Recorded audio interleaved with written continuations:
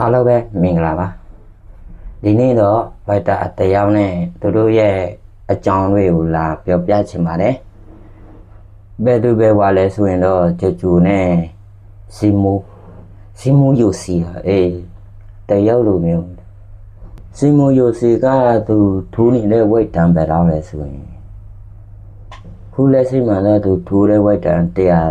135သူရဲ့အရက်မြင့်တွေဘယ်လောက်လဲသူရဲ့အလီးချိန်ဘယ်လောက်လဲအဲ့ဒါလေးလာပြောပြချင်ပါတယ်ကျွန်တော်ရဲ့ဗီဒီယိုလေးကိုစုံကြည့်စုပေးပါလို့ပြောချင်ပါတယ်သူရဲ့အရက်မြင့်ကတော့9ပေ30နောက်ဆိုရင်တော့သူဝမ်းမှာပွဲဘယ်နှပွဲထိုးထားတယ်ဆိုရင်အားလုံးပေါင်းစုပေါင်းဆိုရင်9ပွဲမှာတစ်ပွဲပြည့်သွားတယ်ဘယ်နှပွဲကျန်4ပွဲပဲကျန်တယ်အဲ့ဒီ4ပွဲမှာ4ပွဲစလုံးကိုသူအနိုင်ယူထားတယ်တော်တော်လေးလက်စွာတယ်စမူယိုစီကသူ2026မှာသူပွဲဘယ်နှပွဲမှမထိုးရဘူးသူပွဲဝေးနေတယ်လို့ပြောရမှာပေါ့နော်ဒါပေမဲ့ပွဲဝေးပေမဲ့လည်းကျူတဲ့တောင်လက်စွာတယ်ပါဝါချင်းစင်မလား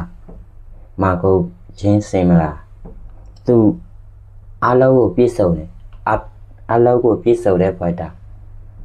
ကျူဘက်ကဆိုရင်ကြည့်မယ်ဆိုရင်သူတွေ့တဲ့ဖိုက်တာပဲသူလေဆိုဟိုကျွန်တော်တို့ဖိုက်တာရဲရင်အောင်လူစားဝင်ထူရတယ်အေးဖိုက်တာတောင်သူတော်တော်လေးရုပ်ကန်ရတယ်ကျူကလေဝမ်းမဆိုရင်သူကမျက်နှာသာအမြဲတမ်းပေးရတယ်ဘာဖြစ်လဲဆိုရင်မလေးစားဈေးကွက်ဝမ်းကမလေးစားဈေးကွက်ကိုကြည့်နေလို့ဒီကျူကဝမ်းကိုအမြဲတမ်းဆင်တင်ချင်တယ်ခါဘာအဆင့်တောင်ပေးလို့ရှိနေဘာဖြစ်လဲဆိုရင်မလေးစားဈေးကွက်ဒါဆိုရင်တော့ကျူကန်ကစားလီကျူလို့ခေါ်ပဲကျူကသူ့ရဲ့ရမြင့်ပဲလောက်လဲဆိုရင်9ပေနဲ့ခွန်စင်တီမီတာနဲ့ဆိုရင်190သူ့ရဲ့အသက်က19ပဲဝမ်းမှာ19စာချုပ်ရတဲ့ဖိုက်တာဝမ်းမှာဆိုရင်တော့စုပေါင်းသူပွဲပေါင်းပဲနဲ့ပွဲထူထားတယ်ဒါမဲ့သူပွဲပေါင်းတော်တော်လေးများတယ်ဘယ်နှပွဲဆိုရင်စုပေါင်း17ပွဲမှာ3ပွဲစုထားတယ်ဘယ်နှပွဲနိုင်ထားတယ်ဆို10ပွဲနိုင်ထားတယ်